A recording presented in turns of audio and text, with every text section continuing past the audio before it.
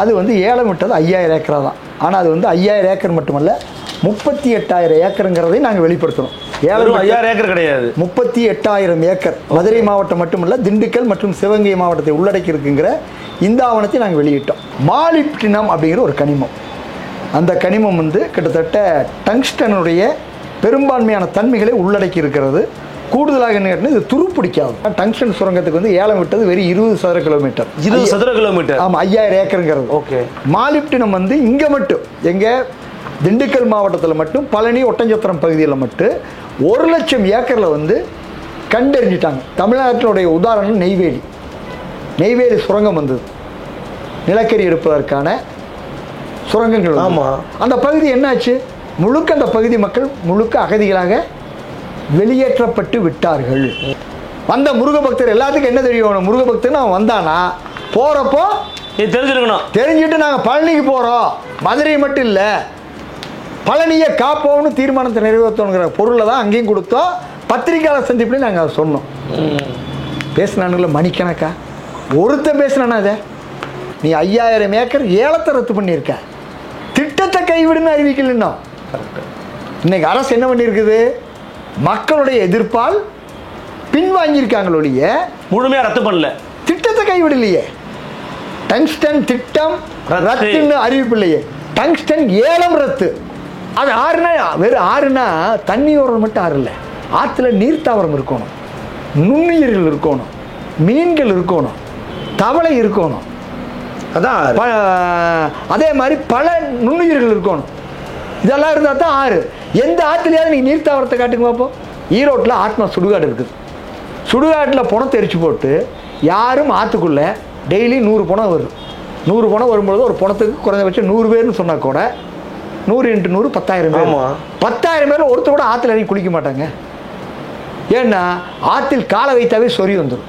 சென்னையில் திமுக அரசு ஆட்சிக்கு வந்தால் முதல் பிரச்சனையானது கேபி பார்க். ஆமாம், கேபி பார்க்கில் தொட்டாவே காரையெல்லாம் உழுவுது. அது ஒன்று சிமெண்ட் கலவையினுடைய பிரச்சனை. இன்னொன்று என்ன கேட்டால் எம்சாண்ட் பிரச்சனை. தரம் இல்லாத எம்சாண்டை பயன்படுத்தினா அப்படி ஆகும். திமுகவினுடைய வெற்றிக்கு நாங்களும் ஒரு காரணம். கடந்த காலத்தில் எங்களுடைய செயல்பாடு, நாங்கள் கூடங்குளம் அணுலை போராட்டமாக இருக்கலாம், ஸ்டெர்லைட் போராட்டமாக இருக்கலாம், மணல் கொள்ளை எதிர்த்த போராட்டமாக இருக்கலாம், மீத்தேன் திட்ட எதிர்ப்பு போராட்டமாக இருக்கலாம், கெயில் போராட்டமாக இருக்கலாம், 8 வழிச்சாலை எதிர்த்த போராட்டம் இருக்கலாம், கோவளம் துறைமுக எதிர்ப்பு போராட்டமாக இருக்கலாம். இப்படி பல்வேறு மக்கள் இயக்கங்களுடைய போராட்டம் தான் திமுக வெற்றிக்கு காரணம்.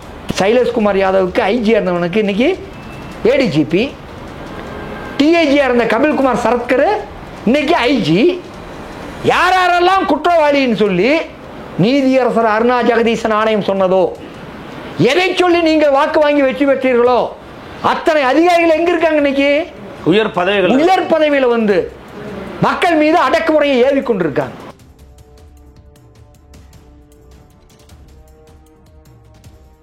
நிம்மதி ப்ராப்பர்ட்டி மேனேஜ்மெண்ட். கான்டாக்ட் 7667008999. அன்னை பர்னிச்சர்ஸ், அன்னை திருமண சீர்வரிசை பொருட்கள், டிவி, ஃபிரிட்ஜ், வாஷிங் மெஷின் உள்ளிட்ட 200க்கும் மேற்பட்ட பொருட்கள் அடங்கிய திருமண சீர்வரிசை ரூபாய் 99,000 மட்டுமே. தமிழகம் முழுவதும் இலவச டோர் டெலிவரி. தொடர்புக்கு 7550014440 9345044044. ஃபோர்த் எஸ்டேட் தமிழ் நேயர்களுக்கு அருள்மொழிவர்மனின் அன்பார்ந்த வணக்கங்கள். இது உங்கள் ஃபோர்த் எஸ்டேட் தமிழ் வழங்கும் பெருதனும் பெருதுக நிகழ்ச்சி. இன்றைக்கு நம்ம நடந்திருக்கிறார் சமூக செயற்பாட்டாளர் மரியாதைக்குரிய தோழர் திரு முகிலன் அவர்கள். வாரங்களோட ஒரு சிறப்பு நேர்காணல். வணக்கம் தோழர். வணக்கம், எப்படி இருக்கீங்க? நல்லா இருக்கேன், மிக்க மகிழ்ச்சி உங்களை மீட் பண்ணதுல. ஆமா, 10 வருடங்களை சந்திக்கும். ஆமா. இப்போ ஒரு மிக முக்கியமான ஒரு விவகாரத்தை எழுப்பியிருக்கிறீங்க. திண்டுக்கல் மாவட்டம் பழனி மலையை உள்ளடக்கிய பகுதியில கிட்டத்தட்ட ஒரு 400 சதுர கிலோமீட்டர் வந்து பாத்தீங்கன்னா மாலிப்டினம் எடுப்பதற்காக கனிமச்சுரங்கம் அமைக்கிறேன் அப்படிங்கிற பேர்ல எல்லா மலையுமே வந்து கிட்டத்தட்ட ஒரு 3 முக்கியமான மலை, திண்டுக்கல் மாவட்டம் பழனி சொல்லிருக்கீங்க, ஐவர் மலை, இடுமன் மலை, இந்த 3 மலைகளையுமே வந்து ஒட்டுமொத்தமா காலி பண்ண போறாங்கன்னு சொல்லியிருக்கிறீங்க. இது ஒரு பேராபத்தை விளைவிக்கக்கூடியது. இது எந்த அரசாங்கமும், இன்னும் ஒன்றிய பாஜகவும் பேசுற, தமிழக திமுகவும் பேசுறேன்னு சொல்லி உங்களுடைய வருத்தங்களை பதிவு பண்ணிருக்கிறீங்க. நடந்து கொண்டிருப்பது என்ன, இதை பற்றிய முழுமையான விவகாரங்களை மக்கள் சொல்லுங்க தோழர். அதாவது தமிழ்நாடு வரலாற்றில் ஜல்லிக்கட்டு போராட்டத்துக்கு பின்னாடி மிகப்பெரிய மக்கள் போராட்டமாக வெடித்தது இந்த ஆண்டு தொடக்கத்தில் டங்ஸ்டன் கனிம சுரங்கத்தை ஏற்ற போராட்டம். மதுரை மாவட்டம், குறிப்பாக மேலூர் பகுதியில் அரிட்டாப்பட்டி மலையை உள்ளடக்கி அந்த டங்ஸ்டன் கனிம சுரங்கத்திட்டத்தை வந்து நவம்பர் 7 அன்னைக்கு ஒன்றிய அரசு ஏலத்தில் விட்டது. அந்த திட்டத்தை வந்து ஸ்டெர்லைட் வேதாந்தா நிறுவனத்தினுடைய துணை நிறுவனமாக இருக்கிற இந்துஸ்தான் சிங் வந்து ஏலம் எடுத்தது. அப்போ இதை பற்றி தமிழகத்தில் யாருக்குமே தெரியாது.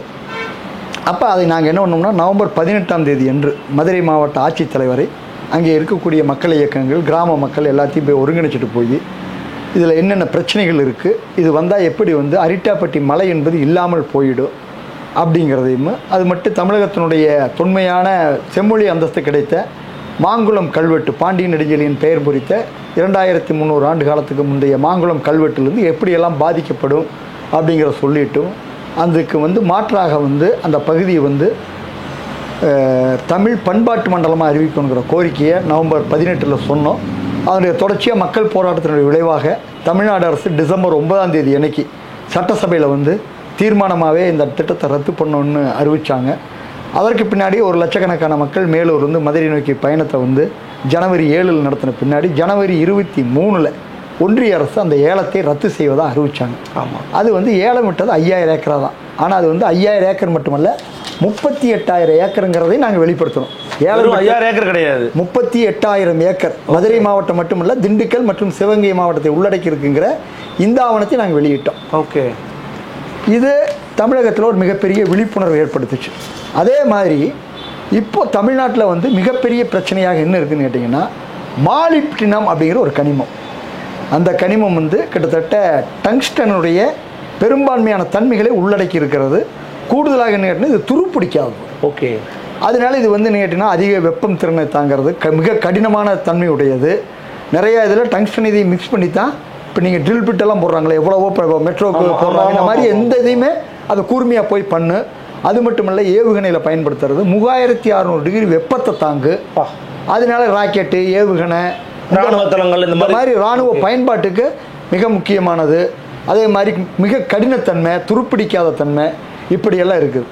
ஆனால் இந்த கனிமம் வந்து எங்கே இருக்கிறதா இப்போ கண்டுபிடிச்சிருக்காங்கன்னா, திண்டுக்கல் மாவட்டத்தில் பழனி மலை மற்றும் பழனி மலையை சுற்றி இருக்கக்கூடிய 400 சதுர கிலோமீட்டர், அதாவது 400 சதுர கிலோமீட்டர்னா டங்ஸ்டன் சுரங்கத்துக்கு வந்து ஏலம் விட்டது வெறும் 20 சதுர கிலோமீட்டர். 20 சதுர கிலோமீட்டர், ஆமாம், 5000 ஏக்கருங்கிறது. ஓகே, மாலிப்டினம் வந்து இங்கே மட்டும் எங்கள் திண்டுக்கல் மாவட்டத்தில் மட்டும் பழனி ஒட்டஞ்சத்திரம் பகுதியில் மட்டும் 1 லட்சம் ஏக்கரில் வந்து கண்டறிஞ்சிட்டாங்க. 1 லட்சம் ஏக்கர், 1 லட்சம் ஏக்கர், 400 சதுர கிலோமீட்டர். பார்த்தீங்கன்னா இது ஜியாலஜிக்கல் சர்வே ஆஃப் இந்தியா ஒன்றிய அரசனுடைய அறிக்கை இது. ஓகே, இதில் வந்து ஒன்றிய அரசனுடைய அறிக்கையில் பார்த்தீங்கன்னா மாலிப்டினத்தை பற்றி அவங்க கொடுத்துருக்காங்க. முதல் பக்கத்து இதில் பார்த்தீங்கன்னா சம்மரி, அவங்க கொடுத்துருக்க சம்மரியில் தெளிவாக நான் இதில் வந்து உயர்த்தி காமிச்சிருக்கேன். 400 சதுர கிலோமீட்டர் ஓகே அப்படின்னு இதை கண்டுபிடிச்சோன்ட்டு அது எங்கெங்கிறது என்ன பண்ணியிருக்காங்கன்னா, இங்கே பாருங்கள், ஐவர் மலை, இது இடும்பன் மலை, இது பழனி மலை. மலையே டோட்டல் மலை, பழனி மலை, இடும்பன் மலை, ஐவர் மலை மற்றும் சுற்றி இருக்கிற கிராமம், இது இல்லாத மேற்கு தொடர்ச்சி மலையினுடைய பகுதிகள். ஓகே, இது எல்லாம் சேர்த்து தான் 1 லட்சம் சதுர கிலோமீட்டர். இதை வந்து நாங்கள் என்ன பண்ணியிருக்கோம்னா ஒரு படமாகவே, வரைபடமாகவே நாங்கள் போட்டிருக்கோம். டோட்டலாக எவ்வளோ வருதுன்னு லாங் டிரைவ் அச்சரேகை, தீர்க்க ரேகை இவங்க வந்து வெளியிட்டிருக்கிறது பார்த்தீங்கன்னா, இண்டெக்ஸ் ஆஃப் லொக்காலிட்டிஸில் இதை மட்டும் சொல்லலை, அச்சரேகை, தீர்க்க ரேகையும் சொல்லியிருக்காங்க. ஓகே, இதை வைத்து நாங்கள் தொடர்ந்து கனிமங்களுக்கு எதிர்த்து குவாரிகள் மற்றதெல்லாம் செயல்படுறதுனால நாங்கள் வந்து இதை வரைபடமாகவே தயாரிச்சிருக்கோம். இதுக்குள்ளே பார்த்தீங்கன்னா வரக்கூடிய பகுதியில் மையப்பகுதியில் பழனி மலையும் பழனி ஊரும் இருக்குது. ஓகே, பழனி மலைங்கிறது மையத்தில் இருக்குது. பழனி மலையினுடைய மேற்கு புறத்தில் இருக்கிறதுக்கு பேர் ஐவர் மலை. ஓகே, பழனி மலையினுடைய கிழக்கு புறத்தில் இருக்கிறதுக்கு பேர் இடுமன் மலை. இதே வந்து 3 பிளாக்காக பிரிக்கிறாங்க. சத்திரப்பட்டி, கரடிக்கூட்டம், பழனியெல்லாம் வர்றது கரடிக்கூட்டம், இது இல்லாத சத்திரப்பட்டி பிளாக்னு ஒன்று, நெய்க்காரப்பட்டி பிளாக்னு ஒன்று. இப்போ டங்ஸ்டனுக்கு பார்த்தீங்கன்னா நாயக்கர்பட்டி பிளாக்னு பேர், அந்த 20 சதுர கிலோமீட்டர். இது மாதிரி இதை வந்து என்ன பண்ணுறாங்கன்னா, இந்த 400 சதுர கிலோமீட்டர் 3 பிளாக் இருக்கு. 3 block, Karadikoottam block, Chathirapatti block, Neikkarapatti பிளாக்னு சொல்லி அப்படி கொண்டு வந்திருக்காங்க.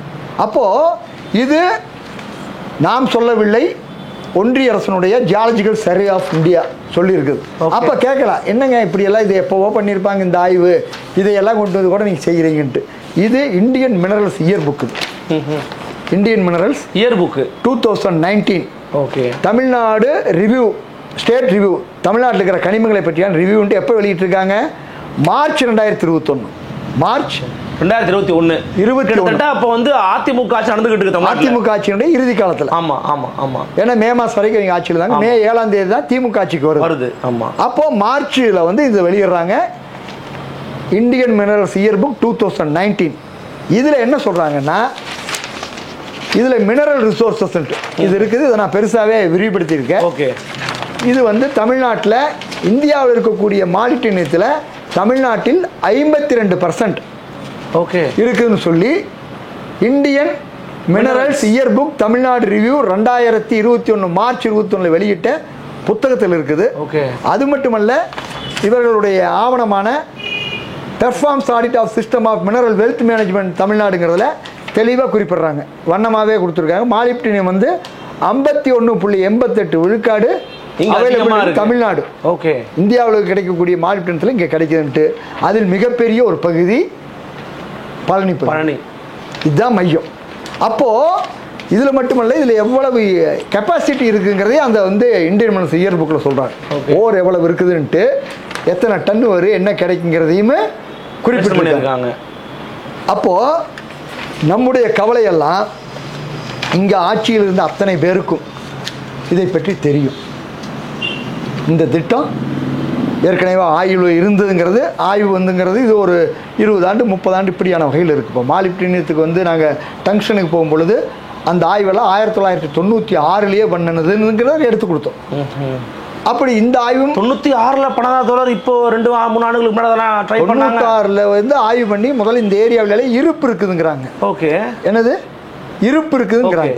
அடுத்தது என்ன பண்றாங்கன்னா 2021 இயர் புக்கில் என்ன பண்றாங்கன்னா டங்ஸ்டனை எவ்வளவு பிளாக்கு எவ்வளவு டன் எடுக்கலாங்கிறத கொண்டு வர்றாங்க. இந்த இயர் புக்கில் 2019 டங்ஷனுக்கும் சொல்லிக்கிறாங்க எவ்வளவு அளவெல்லாம் இருக்குது. நாயக்கர்பட்டி இயர் புக்கில் அதுவும் இருக்கு. ஆமா, நாயக்கர்பட்டி பிளாக்ல எவ்வளவு இருக்குதுன்னு இப்படி எல்லாமே அதுக்குள்ள வந்து எத்தனை டன் வரைக்கும் எடுக்கலாம் அப்படிங்கிற வரைக்கும் அதுல எல்லாமே இருக்கு. அப்போ இப்போ 2024 கடைசியாக நடந்த தமிழ்நாட்டில் நடந்த இந்தியாவில் நடந்த நாடாளுமன்ற தேர்தல், அது தமிழ்நாட்டிலிருந்து 40 நாடாளுமன்ற உறுப்பினர் தமிழ்நாடு புதுச்சேரி வந்து எடுத்துருக்கு. இதில் நாம் கேட்கறது, பழனி தொகுதி வந்து திண்டுக்கல் நாடாளுமன்றத்துக்கு உட்பட்டது. சிபிஎம் தான் ஜெயிச்சிருக்காங்க. இல்லை ஜெயிச்சிருக்காங்க. நான் என்ன கேட்கறதுன்னா, சாதாரண முகிலன் யாரு? ஒரு அரசு அதிகாரி அல்ல, ஒரு அரசு பொறுப்பில் இருக்கிறவர் அல்ல, இல்லை அரசு துறையோட நெருக்கமானவரும் அல்ல. நமக்கு ஒரு சமூக அக்கறையோட நாம் பெற்ற அறிவை இந்த சமூகத்துக்கு பயன்படுத்தணும் அப்படிங்கிற முறையில் நம்முடைய இயற்கை வளத்தை பாதுகாப்பதும் சுற்றுச்சூழலை பாதுகாப்பதற்கான வேலை செய்யக்கூடிய ஒருத்தர். ஆமாம். எங்களை போன்றோருக்கு கிடைக்கக்கூடிய இந்த ஆவணம் அதிகாரத்தில் பல ஆண்டுகளாக தமிழ்நாட்டை கோலோச்சியவர்கள், இந்தியாவை கோலோச்சியவர்கள், இந்தியாவில் கோலோச்சி கொண்டு இருப்பவர்கள், ஆளும் வர்க்கத்தோட அதிகார வர்க்கத்தோட கூட்டு சேர்ந்து அதிகார மட்டத்தில் செயல்படக்கூடிய இவங்களுக்கெல்லாம் கிடைச்சிருக்காதா? இன்னைக்கு இந்த ஆவணத்தை நான் கொண்டு வந்து ரிலீஸ் பண்ணுறேன். கிடைச்சிருக்காதா? கிடைச்சிருக்க. தெரிந்தும் அமைதியாக இருக்கிறாங்க, எப்படி எடுத்துக்கிறது? அதான் சொல்கிறேன். அப்போ வந்து நாடாளுமன்ற தேர்தலில் பாரதிய ஜனதா கட்சி வந்து அங்கே தேர்தல் போட்டிடுறாங்க. போட்டியிடும் பொழுது அவங்க என்ன சொல்லியிருக்கணும்? நாங்கள் வந்தால் இந்த திட்டத்தை நடைமுறைப்படுத்துவோம் அப்படின்னு சொல்லியிருக்கோம். இல்லைன்னா நடைமுறைப்படுத்த மாட்டோம்னு சொல்லியிருக்கோம். ஆமாம். நான் சொல்வது ஒன்றிய அரசுக்கு முதல் பொறுப்பு. ஓகே. ஒன்றிய அரசுக்கு முதல் பொறுப்பு அவங்க அதை சொல்லியிருக்கணும். தமிழ்நாட்டை ஆண்டு கொண்டு இருக்கிற திமுக அரசும் என்ன பண்ணியிருக்கணும்? இப்படி ஒரு திட்டம் இருக்குது, இந்த திட்டமெல்லாம் ஏலம் விடக்கூடிய அதிகாரம் எங்களுக்கு இல்லை. இதெல்லாம் 2023 உலகளவுல சட்ட ஒப்பந்த அடிப்படையில் ஒன்றிய அரசுடைய பொறுப்புக்கு போயிடுச்சு. ஏன்னா தமிழ்நாடு அரசுக்கு இதில் நேரடி டைரக்ட் டங்ஸ்டன் ஏலம்னா தமிழ்நாடு அரசுக்கு நேரடி பொறுப்பு இல்லை. இதே மாதிரி ஒன்றிய அரசுக்கு தான் இது முழு பொறுப்பு அப்படின்னு சொல்லி அதை வந்து நாங்கள் நிப்பாட்டுன்னு சொல்லியிருக்கோம். நாங்கள் இந்த மனுவை கொண்டே கொடுக்குறோம். போன வெள்ளிக்கிழமை அன்னைக்கு திண்டுக்கல் மாவட்ட ஆட்சித்தலைவர் போய் நாங்கள் என்ன செய்ய முடியினார்? நான் சொன்ன ஒரே வார்த்தை தான், தமிழ்நாடு அரசு ஒன்றும் செய்ய முடியாது. தமிழ்நாடு அரசு என்ன பண்ணலாம்? இந்த திட்டத்தை இங்கே நடைமுறைப்படுத்தக்கூடாதுன்னு எதிர்ப்பை தெரிவிக்கலாம், சட்டசபையை கூட்டி தீர்மானம் நிறைவேற்றலாம். ஆமாம், தீர்மானம் தான் நிறைவேற்ற முடியும், சட்டம் நிறைவேற்ற முடியாது. அதை வந்து நிறைவேற்ற வேண்டிய பொறுப்பு ஒன்றிய அரசுக்கு. அதை செய்யணும். ஏற்கனவே மக்கள் அரசியல் பயன்படுத்தக்கூடிய வாய்ப்பு இருக்குல்ல. வெளிப்படை நான் சொல்றேன்னா, இந்த மக்களுக்கு என்ன நடக்குன்னு தெரியணும்ல. எல்லாம் வெளிப்படைத்தன்மைங்கிறோம். தகவல் உரிமை சட்டத்தில் அரசினுடைய ஆவணங்களை எல்லாம் பெற்றுக்கொள்ள முடியுங்கிறோம். அப்போ இந்த மக்களுக்கு தன்னுடைய காலுக்கு கீழே தன்னுடைய பூமி, அவன் என்ன நினைக்கிறான்? காலங்காலமாக எங்கள் பாட்டம் பூட்டம் ஓட்டங்காலத்துலேருந்து விவசாயம் செஞ்ச பூமி, நான் இதை வந்து என்னுடைய மகன் பேரன்னு சொல்லி என்னுடைய தலைக்கட்டுக்கே நான் கொடுக்க போகிறேன்னு நினைவில் தான் அவன் அந்த விவசாய நிலத்தை வாங்கி வச்சுருக்கான். அந்த விவசாய நிலத்தை இருந்து அவனை அப்புறப்படுத்தி அப்படியே வெளியே தூக்கி போடுறது.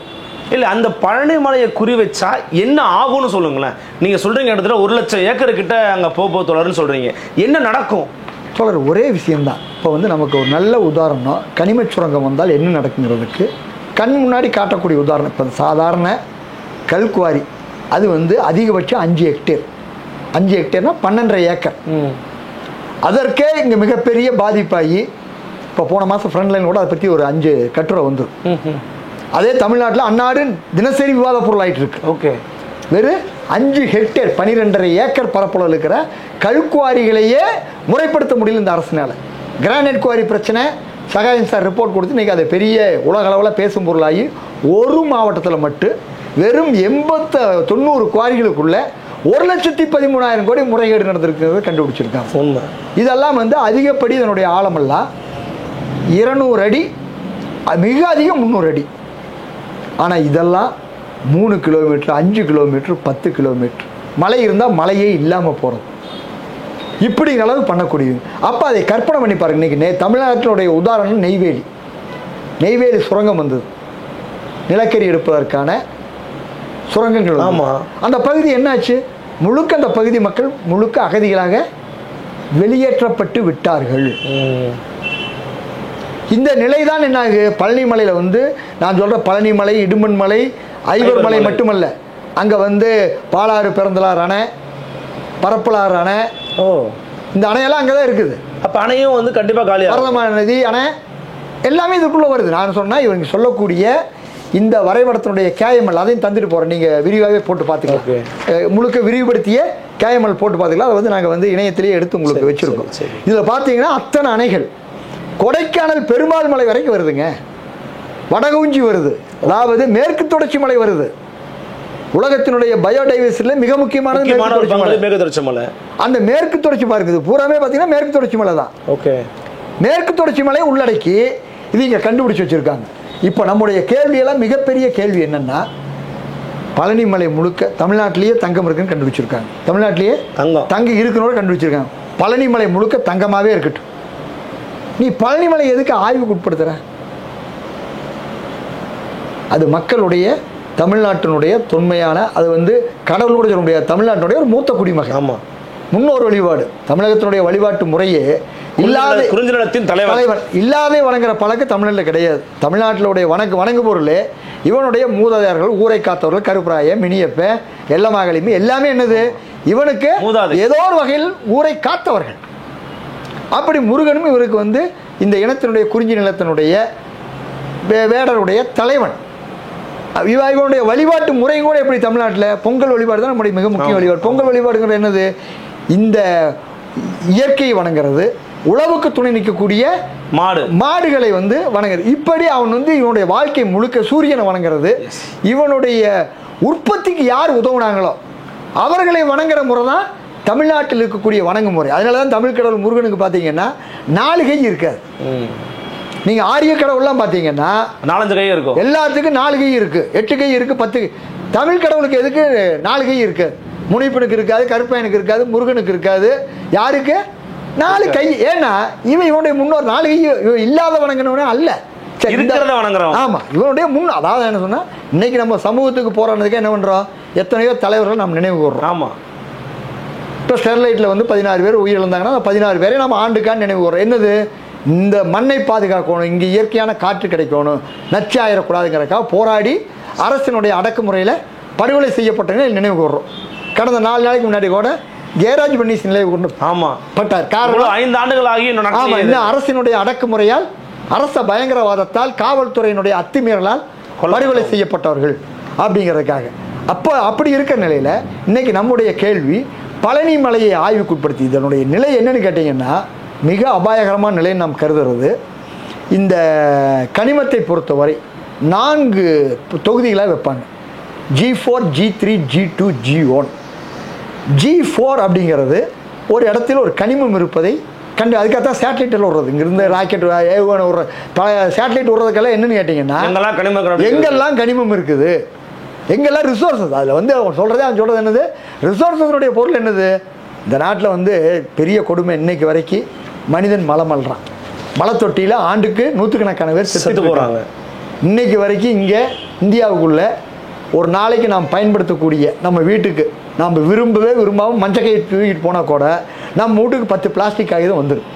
அது சாம்பு பாக்கெட்டாக வந்துடும், சோப்பு கவராக வந்துடும், ஒரு பருப்பு வாங்கிட்டு வந்த கவராக வந்துடும். இந்த பிளாஸ்டிக்கை சுத்திகரி பண்ணுவதற்கு இந்த நாட்டில் திட்டம் கிடையாது. இன்னைக்கு வரைக்கும் இல்லை. ஒரு பக்கம் வந்து இங்கே வட சென்னையில் பூரா எரி உலைன்னு கொண்டு வர்றான், ஒரு பக்கம் திருப்பூர் பகுதியில் பூரா குப்பை பூரா பாறைக்குழியில் கொண்டு வந்து கொட்டி அதை மூடி அங்கே இருக்கிற நிலத்தடி நீர். இவர்களுக்கு வந்து இந்த கழிவு மேலாண்மை என்பது எதுவும் கிடையாது. இதை கண்டுபிடிப்பதற்கு எந்த விதமான, நான் அதான் சொன்னேன், இங்கே வந்து இந்த கழிவும் கிடையாது. 48,000 வருஷம் வரக்கூடிய அணுக்கழிவு கூடங்குளத்தில் 48,000 வருஷம் நம்முடைய தலைமுறைன்னு சொல்லி சொன்னால், நம்முடைய பாட்டம் போச்ச இடம் நமக்கு தெரியாது, அப்பா போச்ச இடம் தெரியும், தாத்தா போச்ச இடம் சிலருக்கு தெரியல, முப்பாட்டில் போச்ச இடம் தெரியுமான்னு கேட்டால் தெரியாது. அப்போ அப்படித்தான் இந்த சமூகம் இருக்குது. ஆனால் இங்கே 48,000 வருஷம் பாதுகாப்பாக வைத்து கையாள வேண்டிய அணுக்கழிவுகள் இருக்கு. அப்படித்தான் இந்த நாட்டில் இருக்குது. அப்போ அதை எப்படி பாதுகாக்க போகிறோம் மிகப்பெரிய எந்த இதுவுமே கிடையாது. அப்படி எந்த விதமான இதற்கும் என்ன இருக்குல்ல, இங்கே நடக்கக்கூடிய நீங்கள் வந்து என்னென்னமோ பேர் விடக்கூடிய ராக்கெட்டோ கண்டுபிடிப்புல கிடையாது. ஆனால் எதை கண்டுபிடிக்கிறாங்க, இங்கே பழங்குடி மக்கள் வாழக்கூடிய பகுதியில் என்னென்ன கனிமங்கள் இருக்குது, இங்கே மக்கள் வாழக்கூடிய பகுதியில் என்னென்ன கனிமங்கள் இருக்குது, அதை எடுத்து எந்த நிறுவனத்திற்கு, ஸ்டெர்லைட் வேதாந்தாவை கொடுக்கறதா, அதானி கொடுக்கறதா, வேறு பன்னாட்டு கம்பெனி கொடுக்கறதான்ட்டு தீவிரம். இதை வந்து முதல் நாம் சொல்வது, ஒரு இடத்தில் G4ங்கிறது ஒரு இடத்தில் கனிமங்கள் இருக்குதுன்னு கண்டுபிடிக்கிறது. கனிமங்கள் இருக்குதுன்னு கண்டுபிடிச்சா மட்டும் பத்தாது, அந்த கனிமம் எவ்வளவு இருக்குது, அது என்ன தரமோடு இருக்குது, எவ்வளவு பரப்பளவில் இருக்குது, குவான்டிட்டி எவ்வளவு வெட்டி எடுத்தால் எவ்வளோ வருது, லாபம் வருமா நட்ட வருமானு சொல்லி பண்ணுறதான ஆய்வு தான் G3 ஆய்வு. ஓகே, இந்த G3 ஆய்வு ரிப்போர்ட் தான் இது. இப்போ நான் சொன்ன 400 சதுர கிலோமீட்டர் வந்து தூங்கிட்டாங்க. இவங்க 746 கிலோமீட்டர் ஆய்வு பண்ணி, எவ்வளவு 746 கிலோமீட்டர் ஆய்வு பண்ணி அதில் 700 சதுர கிலோமீட்டர், அதில் 400 சதுர கிலோமீட்டர் இருக்குன்னு கண்டுபிடிச்சிருக்காங்க. ஓகே, அது கண்டுபிடித்தல் எப்படின்னு கேட்டீங்கன்னா, எவ்வளவு தரமானது, இங்க எவ்வளவு தரமான கனிமங்கள் வந்து இருக்குதுங்கிறத அவங்க வந்து என்ன பண்ணியிருக்காங்கன்னா, எப்படி பாரு ஒவ்வொரு பாயிண்டையும் எடுத்துட்டு, இப்போ நான் காமிச்சிருக்கிறதெல்லாம் பிபிஎஃப் நம்பர் போட்டு அதில் எத்தனை பர்சன்ட் 1000க்கு மேலே இருக்குது. இதெல்லாம் வந்து மிக உயரிய அளவான தரம் வாய்ந்தது. ஓகே, ஒவ்வொரு பாயிண்ட்லையும் என்னென்னவெல்லாம் அளவு இருக்குங்கிறத அதையும் கண்டுபிடிச்சு போட்டிருக்காங்க. இது ஏதோ வாய் புளிச்சதோ மாங்காய் புளிச்சதோன்னு பேசல, அரசினுடைய ஆவணம், ஜியாலஜிக்கல் சர்வே ஆஃப் இந்தியாவுடைய ஆவணம் இது. இதில் வந்து கிட்டத்தட்ட ஒரு 50க்கும் மேற்பட்ட இடங்கள் இப்படி கண்டுபிடித்து இதைத்தான் 400 சதுர கிலோமீட்டர் இங்கே சொல்லியிருக்காங்க. இதை எப்படியான முறையில் ஏலம் விட போகிறாங்கன்னு அடுத்தது போக வேண்டியது G4 கண்டறிஞ்சிட்டாங்க, ஆய்வு பண்ணி எவ்வளவு பரப்பளவு எவ்வளவு தரம் இருக்குன்னு கண்டுபிடிச்சிட்டாங்க. நீ அடுத்த ப்ராசஸ் அதுதான் நாம் சொல்கிறது. இவங்க இந்த ப்ராசஸ்களை வந்துட்டாவே இந்தியன் மினரல்ஸ் இயர் புக் 2019 எல்லாம் ஆய்வை பற்றி பேசாது, ஆய்வினுடைய இறுதி முடிவை பற்றி பேசு. ஓகே, ஆய்வு இப்போ G3 வந்துருச்சா? இப்போ G3 முடிஞ்சது. ஓ, அடுத்தது G2 ஏலத்துக்கு தயார் நிலை. இதான் போடுறாங்க. Indian Minerals Year Book state review Tamil Nadu March 2021 தமிழ்நாடுனுடைய மினரல்ஸ் ரிவ்யூ அதான் பாருங்க, அதிலே கொடுக்குறாங்க ஃபர்ஸ்ட் பாயிண்ட். அப்போ நம்ம இப்பயே தடுத்து ஆகணும் இல்லையா? இதை தடுக்கிறீங்கன்னா அது ஏலம் விட்டுருவான். ஏலம் விட்ட முன்னாடி எனக்கு தேவை உனக்கு தேவை பேசிட்டு இருப்பாங்க. இதில் என்ன பண்ணுறாங்க, ஆமாம் 52% மாலிப்டினம் இருக்குதுன்ட்டு தமிழ்நாடு ரிவ்யூவில் போட்டு அதை திண்டுக்கல் மாவட்டத்தில் இருக்குன்னு போட்டாங்க. இப்போ நம்முடைய கேள்வி எல்லாம் ஆளக்கூடியவர்கள், எதிர்க்கட்சியாக இருப்பவர்கள், தமிழ்நாட்டின் நலனை பேசக்கூடியவர்கள் எல்லாம் என்ன செய்ய போகிறாங்க? இப்போ வந்து நாம் வந்து கடந்த வெள்ளிக்கிழமை அன்னைக்கு திண்டுக்கல் மாவட்ட ஆட்சியரை பார்த்து 20ஆம் தேதி அன்னைக்கு கொடுத்தோம். அதில் கொடுத்த பொழுது நான் மிக முக்கியமாக சொன்னது, 22ஆம் தேதி மதுரையில் முருக பக்தர் மாநாடு நடக்குது. அந்த முருக பக்தர் மாநாட்டில் வந்திருக்கிற முருக பக்தர் எல்லோருக்கும் என்ன தெரியணும், தமிழ்நாட்டினுடைய அறுபடை வீடுகளில் முருக கடவுளில் முகாமையான இடமாக இருக்கக்கூடிய பழனி மலை, பழனி மலையும் பழனி ஊரும் மாலிப்டினம் என்ற கனிமம் இருப்பது கண்டறியப்பட்டு ஏலத்திற்கு தயாராக இருக்கிறது. இதை தடுக்க வேண்டும் என்ற தீர்மானத்தை நிறைவேற்ற வேண்டும். வந்த முருக பக்தர் எல்லாத்துக்கும் என்ன தெரியணும், முருக பக்தர் அவன் வந்தானா போகிறப்போ தெரிஞ்சிருக்கணும். தெரிஞ்சுட்டு நாங்கள் பழனிக்கு போகிறோம், மதுரை மட்டும் இல்லை பழனியை காப்போம்னு தீர்மானத்தை நிறைவேற்றணுங்கிற பொருளை தான் அங்கேயும் கொடுத்தோம். பத்திரிகையாளர் சந்திப்புலையும் நாங்கள் அதை சொன்னோம். பேசினானுங்கள மணிக்கணக்கா ஒருத்தன் பேசினானா? அதை பேசியிருக்கணும்ல, கட்டாயம் பேசியிருக்கணும். ஏன் பேசல? இப்போ நம்முடைய கேள்வி என்னன்னா, போன வெள்ளிக்கிழமை வரைக்கும் உனக்கு தெரியாமல் இருந்திருக்கலாம். ஏன்னா இந்த நாட்டில் எல்லாரும் எல்லாம் தெரிஞ்சிருக்க முடியாது, எல்லோரும் எல்லாம் தெரிஞ்சிருக்க முடியாது. வெள்ளிக்கிழமை நாங்கள் பேசுகிறோம், சனிக்கிழமை அன்னைக்கு அத்தனை பத்திரிகையில அது பெரிய செய்தியாக வந்துருச்சு. பத்திரிகையில் வந்துச்சு, எல்லா பத்திரிகையிலையுமே மிகப்பெரிய செய்தியாக வந்திருக்கு. அப்போ நீங்கள் அதை பேசியிருக்கணும்ல, தெரியாமல் இருந்தால் பிரச்சனை வேறு. என்னது குறைந்தபட்சம் பழனி மலையில் மாலிப்டினம் எடுப்பதை அரசு கைவிட வேண்டும், அது சொல்லியிருக்கணும்ல. அது சொல்லியிருக்கணும்ல. நம்முடைய முருகர் மலையே போகுதுங்கிற பற்றி பேசியிருக்கணும்ல, ஏன் பேசல? இப்போ நம்முடைய கேள்வி என்னன்னா, பேசணும்னா அப்போ சொன்னோம், இப்போ கேட்கறது ஏன் பேசவில்லை நீங்கள்? அப்போ உண்மையிலும் உங்களுக்கு முருகர் மீதான அக்கறையா, அதானி அம்பானி ஸ்டெர்லைட் வேதாந்தா மீதான அக்கறையா? நீங்கள் கட்சி நடத்துறது எதுக்கு? ஆண்டவன் பேரை வச்சு கட்சி நடத்துறது நீங்கள் சொல்கிறீங்க. இங்கே முருக பக்தர் என்பவர், நான் என்னோட சொந்த ஊர் சென்னிமலை, அது கந்தசஷ்டி கவசம் பாடின ஊரும்பாங்க, முருகர் மலை இருக்கிறது. பக்கத்துலேயே எங்கள் ஊர் ஒட்டிய சிவன்மலை இருக்குது, அதுவும் முருகர் இருக்கிற மலை. இப்படி பல மலைகள் இருக்குது சுற்றி இருக்கிறது. இப்போ நம்முடைய கேள்வி எல்லாம், நீ ஏன் இதை பேசலை? இல்லை, ஒரு துவக்க நிலையில தான் இருக்குது, எப்படியும் எதிர்ப்புகள் வந்தால் தடுத்து நிப்பாட்டிலான்னு ஒரு எண்ணம் இருக்குமோ? தொடக்க நிலைக்கு அதான் சொன்னேன், ஒரு மாடலாக நான் சொன்னேன். தொடக்க நிலைக்கு இப்போ டங்ஸ்டன் எவ்வளோ பெரிய பிரச்சனையாச்சு. அண்ணாமலை இங்கே இருக்கிற விவசாயிகளெல்லாம் கூட்டிகிட்டு டெல்லி போனேன்ல, முதல்ல என்ன சொல்லிச்சு, வெறும் அரிட்டாப்பட்டி மலை இருக்கக்கூடிய 200 ஹெக்டேர், அதாவது 500 ஏக்கர் பரப்பளவு மட்டும் விட்டுட்டு, 5000 ஏக்கரில் 500 ஏக்கர் மட்டும் விட்டுட்டு மற்ற இடத்துல டங்ஸ்டன் எடுக்கிறாங்க. மக்களுடைய எதிர்ப்பு கடுமையாக வந்தோடனே எடுக்கிறாங்க. நாம் இன்னும் அதில் என்ன சொல்கிறோம்னா, நீ 5000 ஏக்கர் ஏலத்தை ரத்து பண்ணியிருக்க, திட்டத்தை கைவிடுன்னு அறிவிக்கலன்னா. இன்னைக்கு அரசு என்ன பண்ணியிருக்குது, மக்களுடைய எதிர்ப்பால் பின்வாங்கியிருக்காங்களோ ஒழிய முழுமையாக ரத்து பண்ணல, திட்டத்தை கைவிடலையே. டங்ஸ்டன் திட்டம் ரத்துன்னு அறிவிப்பு இல்லையே, டங்ஸ்டன் ஏலம் ரத்து. அதனாலதான் நாம் என்ன செஞ்சோம்னா, 23ஆம் தேதி அன்று, ஜனவரி 23 ஒன்றிய அரசு டங்ஸ்டன் திட்டத்துக்கு ரத்துன்னு, ஏலத்தை ரத்துன்னு அறிவிச்சிட்டாங்க. டங்ஸ்டன் 26 குடியரசு தினம். அதில் என்ன பண்ணுறாங்கன்னா, எல்லா அதை ஒட்டின கிராம சபை கூட்டம் வருது. ஆமாம், கிராம சபை கூட்டத்தில், எல்லா கிராம சபை கூட்டத்திலையும் 35 கிராம சபை கூட்டத்தில், மதுரையில் 35 கிராம சபையில் இதை ரத்து பண்ணோன்ட்டு, திட்டத்தை ரத்து பண்ணோன்னு தீர்மானம் நிறைவேற்றிருக்கு. அது மட்டுமல்ல, அது எப்போவுமே நிரந்தர பாதுகாப்பாக இருக்கும்னா அதை தமிழ் பண்பாட்டு மண்டலமாக அறிவிங்க. அடுத்தது, அதை முல்லை பெரியாறு பாசன பகுதியை பாதுகாக்கப்பட்ட வேளாண் மண்டலமாக அறிவிங்க அப்படிங்கிறது சேர்த்து தீர்மானம் போட்டிருக்கு. ஏன்னா அது இருந்தால் தான் குறைந்தபட்சம், அது வந்தால் வராமையே நின்று நல்ல, குறைந்தபட்சம் அது ஒரு பிரேக், வேகத்தடை.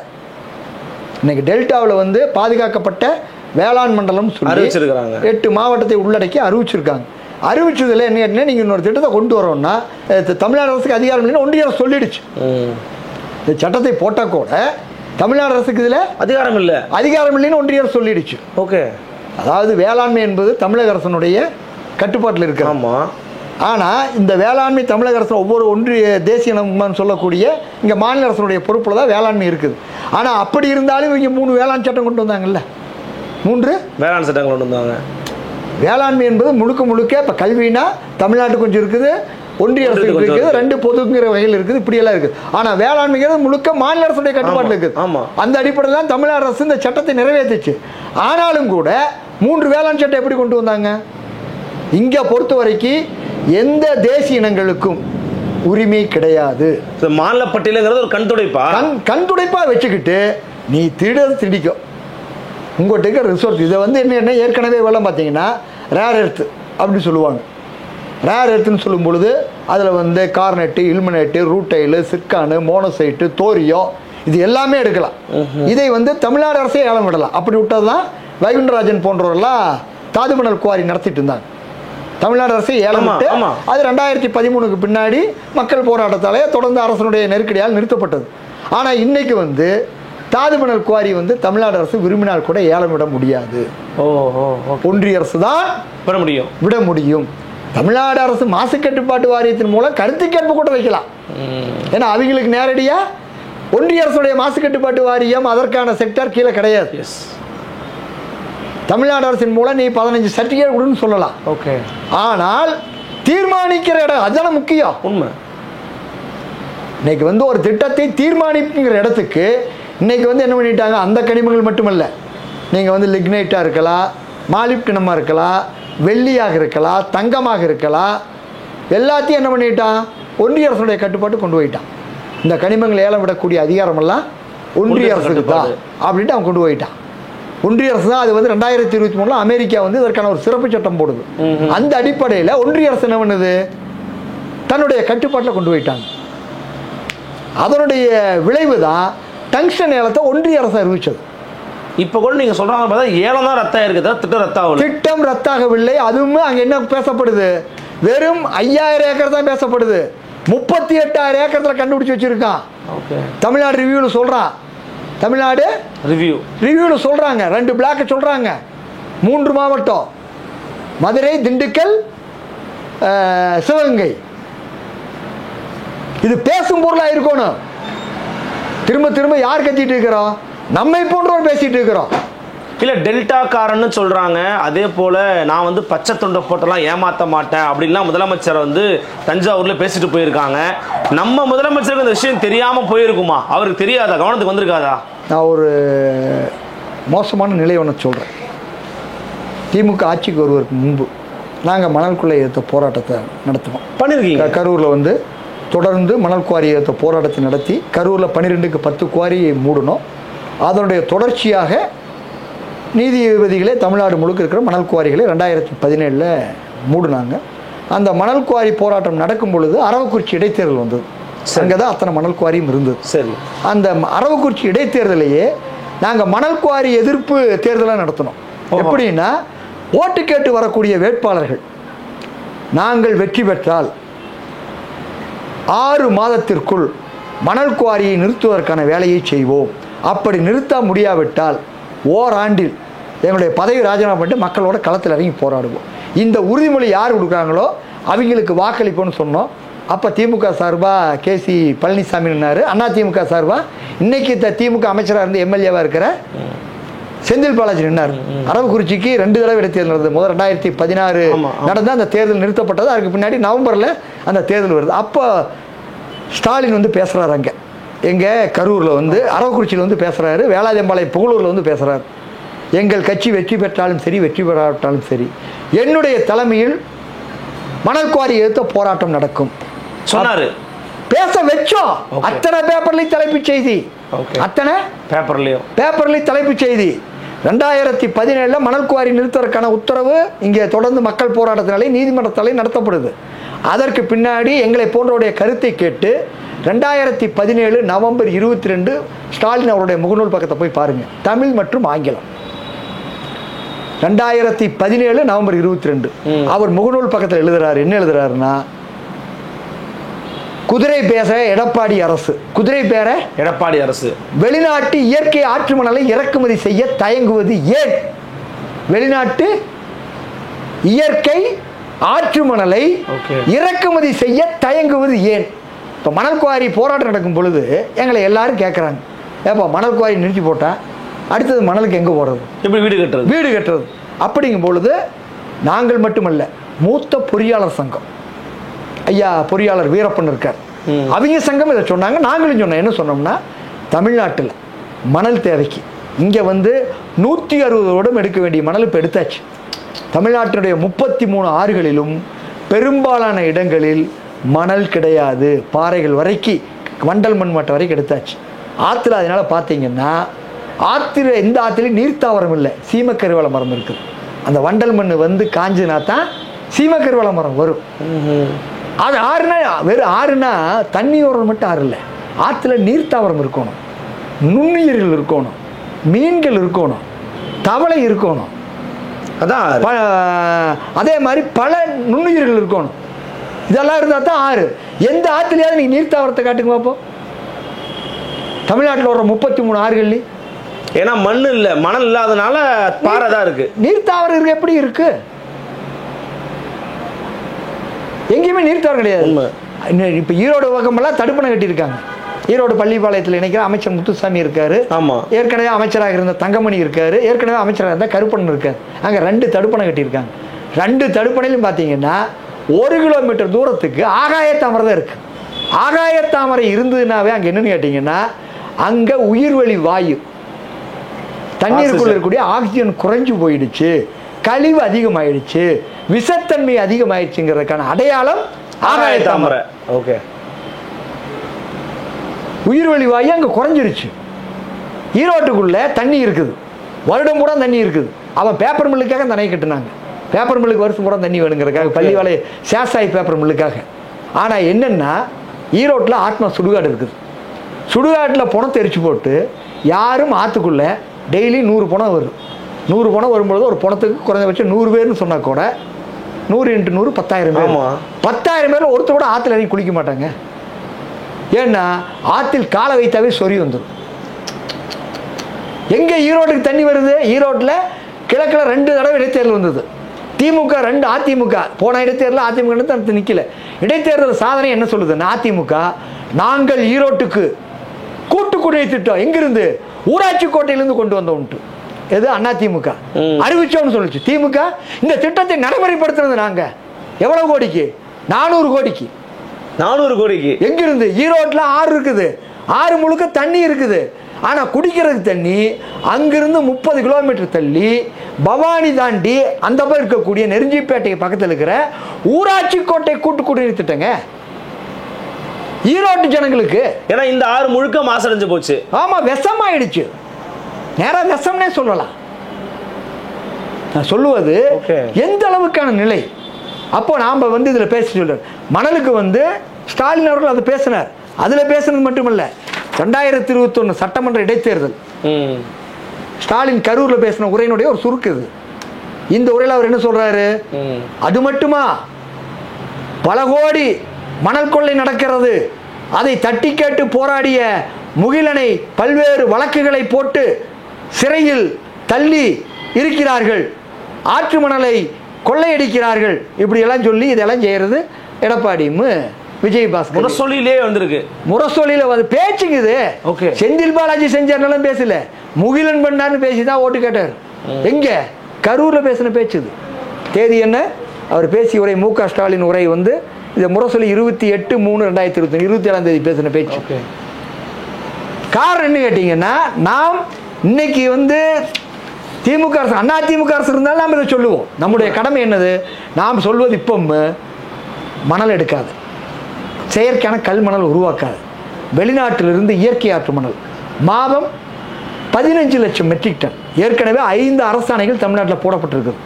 2017 திமுக ஆட்சிக்கு வந்த பின்பு கூட 2021 அக்டோபர் வரைக்கும் 5 அரசாணைகள் பொதுப்பணித்துறையினால வெளிநாட்டு இயற்கை ஆற்று மணல் தொடர்பாக போட்டிருக்காங்க. வெளிநாட்டிலிருந்து மாதம் 5 லட்சம் மெட்ரிக் டன் இறக்குமதி பண்ணுறேன்னு கேட்கல. ஐயா, வெளிநாட்டில் மட்டும் மணல் சும்மா கிடைக்குதா? அது இங்கிருந்து கொண்டு வந்து எவ்வளோ காசு ஆகலன்ட்டு. இதில் ஒரு விஷயத்தை எல்லாரும் புரிஞ்சுக்கணும். தென்கிழக்காசிய நாடுகள்னு சொல்லக்கூடிய இந்தோனேஷியா, மலேசியா போன்ற எல்லா நாடுகள்லையுமே என்ன பிரச்சனைனா, அங்கே அடிக்கடி நில அதிர்வு வரும். ஆமாம், அதனால அங்கே வீடுகள் கட்டுறது எல்லாமே மரத்தில் தான் கட்டுறாங்க.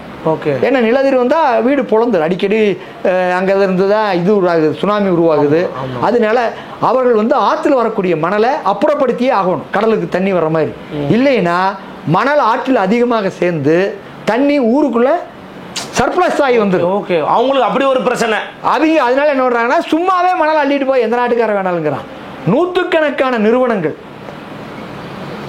தமிழ்நாட்டில் டன் 1000 ரூபாய்க்கு எண்ணூர் துறைமுகத்தில், சென்னை காமராஜர் துறைமுகத்தில், தூத்துக்குடி வஉசி துறைமுகத்தில் கொண்டு இறக்குமதி பண்ணுறதுக்கு டன்னு 1000 ரூபாய்க்கு இறக்குமதி பண்ண தயாராக இருக்காங்க. தமிழ்நாட்டுக்கு ஒரு மாதத்துக்கு தேவை 15 லட்சம் மெட்ரிக் டன் தான். ஓகே. வெளிநாட்டு ஆற்று மணல் ஏன் 15 லட்சம் மெட்ரிக் டன்னா? ஒரு நாளைக்கு 21,000 லோடு. தமிழ்நாட்டினுடைய மணல் தேவை மொத்தம் அவ்வளோதான். ஓகே. ஒரு நாளைக்கு 21,000 lorry load, 6 MQ 21,000 lorry load தான் தமிழ்நாட்டினுடைய மணல் தேவை.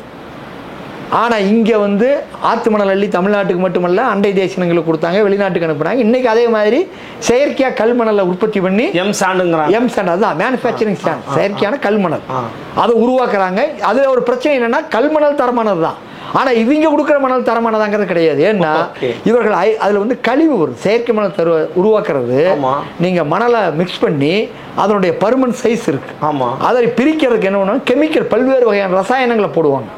அந்த ரசாயனத்தை பிரித்து அதில் வந்து பவுடராக அந்த ரசாயனத்தோட கலந்து வெளியேறும். அது வந்து மிக ஆபத்தான ஒன்று. அந்த பவுடரே என்ன பண்ணுறதுன்னா பார்த்தா அதுவுமே மணல் மாதிரி தான் இருக்குது. இந்த மணலோட எனக்கு தெரியும் 50 விழுக்காடு கலந்து எம்சாண்ட் கொடுத்ததெல்லாம். ஒரு சின்ன உதாரணம் சொல்கிறேன். சென்னையில் நீங்கள் இருக்கிறனால சென்னையில் திமுக அரசு ஆட்சிக்கு வந்தாலும் முதல் பிரச்சனையானது கேபி பார்க். கேபி பார்க்கில் தொட்டாவே காரை எல்லாம் உழுகுது. அது ஒன்று சிமெண்ட் கலவையினுடைய பிரச்சனை, இன்னொன்று என்ன கேட்டீங்கன்னா எம்சாண்ட் பிரச்சனை.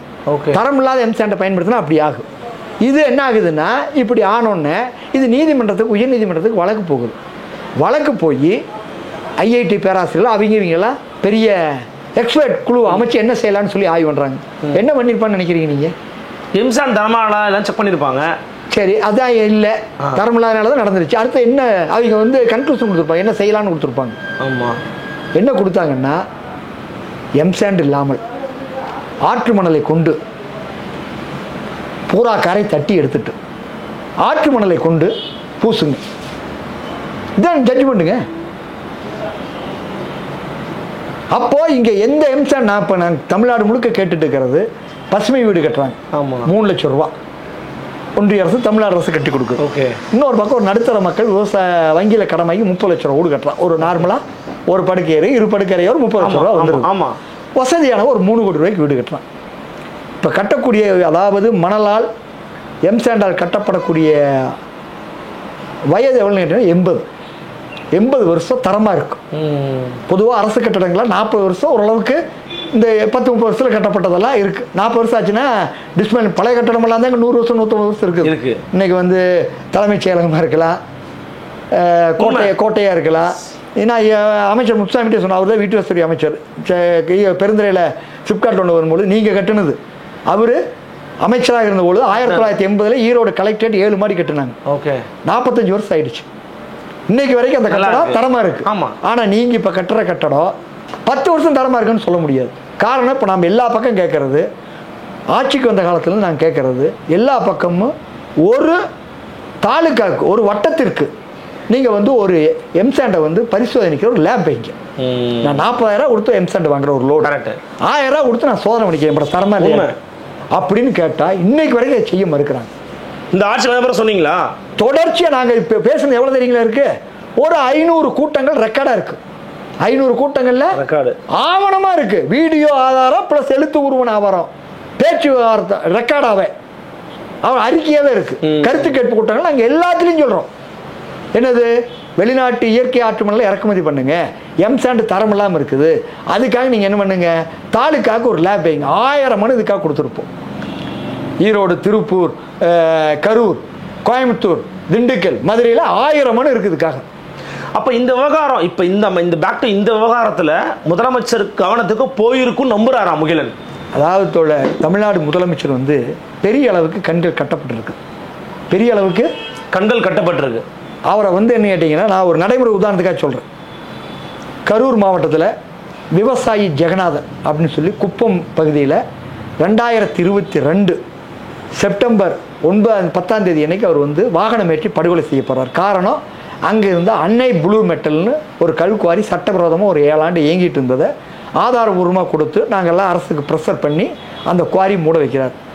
மூடப்பட்ட 7ஆம் தேதி மூட வைக்கிறாரு, 10ஆம் தேதி கூலிப்படையால் வாகனம் ஏற்றி கொல்லப்படுறார். 10ஆம் தேதி கொல்லப்படுறார். கொல்லப்பட்ட உடனேயே நாங்கள் தான் திருச்சி ஐஜிகிட்ட பேசுகிறோம், வழக்காகுது, சம்மந்தமெல்லாம் வருது. பாடி 3 நாள் கொல்லப்பட்டு அவருடைய உடலை யாருக்குமே காட்டலை. என்னன்னா வண்டியை முன்னாடி விட்டு மேலே ஏற்றினது காலெல்லாம் பிஞ்சு போச்சு. இந்த ஜபகரலி நடந்த மாதிரி அதோட மோசமா. இதில் நடந்தது என்னன்னா, அந்த குவாரிக்கான எப்படி தெரிஞ்சதுன்னா, இவரை அடித்த வண்டி ஒரு காட்டுக்குள்ளே வந்து கம்பி வேலி போட்டுட்டு உள்ளே போயிடுச்சு, அடித்து உள்ளே தூக்கிட்டு போயிடுச்சு. சரி, அந்த காட்டுக்காரர் அங்கே ஆடி மேய்ச்சிட்டு இருக்கார். இவர் கம்பி வேலி போனது இவருக்கு ஒரு 10-20 ரூபா பொருள் போயிடுச்சு. உடனே இவர் என்ன பண்ணுறாரு, அந்த வண்டிக்காரன் வந்து பாடியெல்லாம் எப்படி இருக்குன்னு பார்க்குறான். இவர் உடனே ஒரு கம்பி எடுத்துகிட்டு போய் என்ன பண்ணுறாருன்னா வண்டி எடுத்துக்கூடாது குத்திடுறாரு. வண்டி டயரை குத்திடுறாரு. குத்துறதுனால வண்டி எடுக்க முடியல. ஓகே, வண்டி விட்டு போட்டு ஓடிடுறாங்க. அதனால அந்த ஆதாரம் ஏன்னா அதுவும் கிடைச்சிருக்காது. எந்த வண்டியும் அடிச்சு போட்டு போயிடுச்சுங்க. நீங்க பார்த்த சாட்சி என்ன இருக்குது? அப்படி நடந்தது. இந்த சம்பவம் நடந்துருச்சு. 3 நாள் அவருடைய உடலை வைத்து போராடும். உடலை வைத்து போராடி பெரிய போராட்டம் நடத்தி அதுக்கு பின்னாடி மாவட்ட ஆட்சியர், எஸ்பி எல்லாரும் வந்து பேச்சுவார்த்தை நடத்துறாங்க. மீண்டும் போஸ்ட்மார்ட்டம், மறு போஸ்ட்மார்ட்டம் பண்றாங்க. நாங்கள் வந்து அந்த குடும்பத்துக்கு 1 கோடி ரூபா இப்போ இவருக்கு கொடுத்தாங்கல்ல லூர் பிரான்ஸ் சமூக சொத்தை பாதுகாத்து கொடுத்துருக்காரு. அந்த குவாரிக்கு கோடிக்கணக்கு பல கோடி அபராதம் போடப்பட்டிருக்கு. அதனால நீங்கள் வந்து குடும்பத்துக்கு 1 கோடியும் அந்த குழந்தையினுடைய எதிர்கால கல்வி பொறுப்பையும் அரசு வேலையை ஒன்று கொடுக்கணும், 2 பசங்க இருக்காங்க அப்படின்னு அந்த கோரிக்கை முன்வைக்கும். சரி, இதில் நகைச்சுவை என்னன்னா அந்த இறந்தவர் திமுகவுடைய கிளை செயலாளர். திமுக கிளை செயலாளர். ஓகே, கிளை செயலாளர் மட்டுமல்ல, அவர் ஏற்கனவே அந்த பஞ்சாயத்து வார்டில் உறுப்பினராக இருந்தவர். 2016 முதல்ல ஊராட்சி தேர்தல் அறிவிக்கப்பட்டு பின்னாடி ரத்து செய்யப்படுது. அதில் 5000 ஓட்டு கேண்டிடேட் கவுன்சிலருக்கு நிறுத்தப்பட்டவர். திமுகவுடைய உதயசூரிய சின்னத்துக்கு நிறுத்தப்பட்டவர். செந்தில் பாலாஜிக்கு மிக நெருக்கமானவர். ஓகே, அங்க இருக்கக்கூடிய எம்எல்ஏ இளங்கோவிற்கு தொழில்முறை கூட்டாளி. தொழில்முறைனா ரியல் எஸ்டேட் இதுல எல்லாம் வந்து இடம் வாங்கி கொடுக்கக்கூடிய அதுல எல்லாம் கூட வந்து காட்டி அதுக்கான கமிஷன் வாங்கக்கூடிய தொழில்முறை கூட்டாளி. ஒரு திமுகவுடைய கிளை செயலாளருங்க படுகொலை செய்யப்பட்டிருக்காருங்க. பவர்ஃபுல் மினிஸ்டர் செந்தில் பாலாஜி, உள்ளூர் எம்எல்ஏ இளங்கோ. செந்தில் பாலாஜி ஏற்கனவே அந்த அரவக்குடி தொகுதியில் எம்எல்ஏவா 2 முறை இருந்தவர். 2016 இடைத்தேர்தலில் 18 போய் 19 வந்து இவர் தினகரனோட போய் இதில் 2019 மீண்டும் வெற்றி பெற்றவர் திமுகவில் சேர்ந்து. அப்போ அவருடைய படுகொலையை ஒருவர் கூட பேசலைங்க. திமுக பேசவே இல்லையா? பேசாத மட்டும் இல்லைங்க, அவருடைய பாடியை வந்து எட்டி கூட பார்க்கலீங்க. கலெக்டர் பேச்சுவார்த்தை சொல்றாரு, நான் சொல்றேன் நீங்க சிஎஸ் சொல்லுங்க, சீஃப் செக்ரட்டரி சொல்லு. அவர் சொல்றாரு, முகிலன் உங்களுக்கு ஏதாச்சும் சோர்ஸ் இருக்கும்ல சிஎம்கிட்ட இருந்தா சொல்லுங்க. சொல்றது யாரு? மாவட்ட ஆட்சியர் பிரபுசங்கர். அதற்கு பின்னாடி இங்க திருவள்ளூர்ல வந்து இருந்தார், கரூர்ல இருந்து மாற்றப்பட்டு ஓப்பன்ல சொன்னதுங்க. உங்களுக்கு சோர்ஸ் இருந்தா சிஎம் நாலேஜ் கொண்டு போங்கன்ட்டு. இன்னைக்கு வரைக்கும் அதை பற்றி ஒரு திமுக காரர் பேசுனது இல்லைங்க. கண்டிப்பா நான் நம்புறேன் முதலமைச்சருக்கு தெரிஞ்சதுதான் கண்டிப்பா அவர் பேசியிருப்பார். முதலமைச்சருக்கே போகாத அளவிற்கு உளவுத்துறையை கட்டி வைத்திருப்பது யார்? உளவுத்துறையை கட்டி வைத்திருப்பது யார்? அதற்கு அது மட்டும் இல்ல, அதற்கு பின்னாடி இது 2022 செப்டம்பர் நடக்குது. 2023 பிப்ரவரியில் ஈரோடு கிழக்கு இடைத்தேர்தல். அதுக்கு பிரச்சாரத்துக்கு வர்றார் ஸ்டாலின். நாங்கள் இந்த வந்து மீது நடவடிக்கை எடுக்காதனால அவருக்கு கருப்பு கொடி போராட்டம் அறிவிக்கிறேங்க. கரூர் கலெக்டர்கிட்ட கொடுக்குறோம், ஈரோடு கலெக்டர்கிட்ட கொடுக்குறோம், ஈரோடு எஸ்பிகிட்ட கொடுக்குறோம். எங்களை என்ன பண்ணாங்கன்னா சிஎம் வர்ற அன்னைக்கு வீட்டில் வந்து தூக்கிட்டு போய் வச்சாங்க. ஏன்? கருப்பு கொடி போராட்டம் அறிவிச்சது கூட போராட்ட குழு பொறுப்பாளர் எங்களை எல்லாம் வீட்டிலேருந்து கைது பண்ணி ஸ்டேஷனில் கொண்டு போய் சிஎம் வந்துட்டு போற வரைக்கும் நாங்கள் எல்லாருமே காவல் நிலையத்துக்குள்ள வச்சிருந்தாங்க. சரியில்லை. அப்போ முதலமைச்சருடைய கவனத்துக்கு இன்னைக்கு வரைக்கும் நான் சொல்றேன், முதலமைச்சருடைய கவனத்திற்கு இது செல்லவில்லை. சென்றிருந்தால் ஜகுர் அலிக்கு பேசினார் முதலமைச்சர், லூர்து பிரான்சிஸ் பேசினார். இது எப்படி பேசாம இருந்திருப்பாரு? அவர் கட்சியினுடைய செயலாளர். இது ரொம்ப ஆச்சரியமா இருக்கு. தமிழ்நாட்டினுடைய நிலைமை இதுதானுங்க. முதலமைச்சர் கண்கள் கட்டப்பட்டு, அதாவது நாங்கள் திரும்ப திரும்ப பேசுறது திமுகவினுடைய வெற்றிக்கு நாங்களும் ஒரு காரணம். கடந்த காலத்தில் எங்களுடைய செயல்பாடு, நாங்கள் கூடங்குளம் அணுலை போராட்டமா இருக்கலாம், ஸ்டெர்லைட் போராட்டமா இருக்கலாம், மணல் கொள்ளை எதிர்த்த போராட்டமா இருக்கலாம், மீத்தேன் திட்ட எதிர்ப்பு போராட்டமா இருக்கலாம், கெயில் போராட்டமா இருக்கலாம், 8 வழிச்சாலை எதிர்த்த போராட்டமா இருக்கலாம், கோவளம் துறைமுக எதிர்ப்பு போராட்டமா இருக்கலாம். இப்படி பல்வேறு மக்கள் இயக்கங்களுடைய போராட்டம் தான் திமுக வெற்றிக்கு காரணம். திமுக கட்சிக்கார யாரும் போராடல. எந்த போராட்டத்திலையும் அவங்க வரல. போராடினா கூட வந்து எட்டி பார்த்துட்டு போவாங்க. 4 நாள் கழிச்சு மக்கள் போராட்டம் செய்தவர்கள், அவர்கள் சந்தித்த அடக்குமுறைகள், நெருக்கடிகள் தான் என்னாச்சு? தூத்துக்குடியில் 16 பேர் உயிரை கொடுத்ததுதான் இவருடைய வெற்றி காரணமா இருந்தது. ஆனால் வெற்றி பெற்ற பின்பு கடந்த காலத்தில் என்ன நடந்ததோ அதை விட மிக மோசமான வகையில் இன்னைக்கு காவல்துறை செயல்பட்டு இருக்கு. ஜெயராஜ் பன்னீர்செல்வத்துக்கு இனிமே நீதி கிடைக்கல. ஆமா, 5 ஆண்டு ஆச்சுங்க.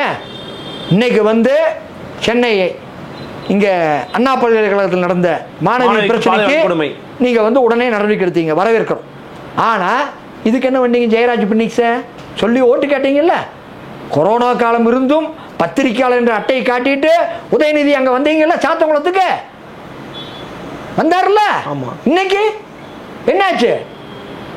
இதை விட கொடுமை என்னன்னா, ஸ்டெர்லைட்ல அருணா ஜெகதீசன் ஆணையம் அறிவிக்குது, நாங்கள் கொடுத்த ஆவணத்தை வச்சு என்னது 21 அதிகாரி மீது துறை ரீதியான நடவடிக்கையும் கிரிமினல் நடவடிக்கை எடுக்கணும்னு சொல்லி நீங்க என்ன பண்ணிட்டு இருக்கீங்க? சைலேஷ்குமார் யாதவுக்கு ஐஜியா இருந்தவனுக்கு இன்னைக்கு ஏடிஜிபி, டிஐஜியா இருந்த கபில்குமார் சரத்கர் இன்னைக்கு ஐஜி.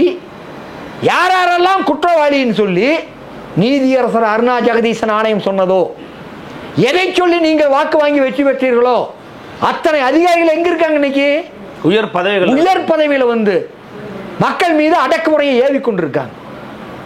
இங்க எங்கீங்க பயம்? தடி எடுத்தவங்களாம் நடக்கானுங்க.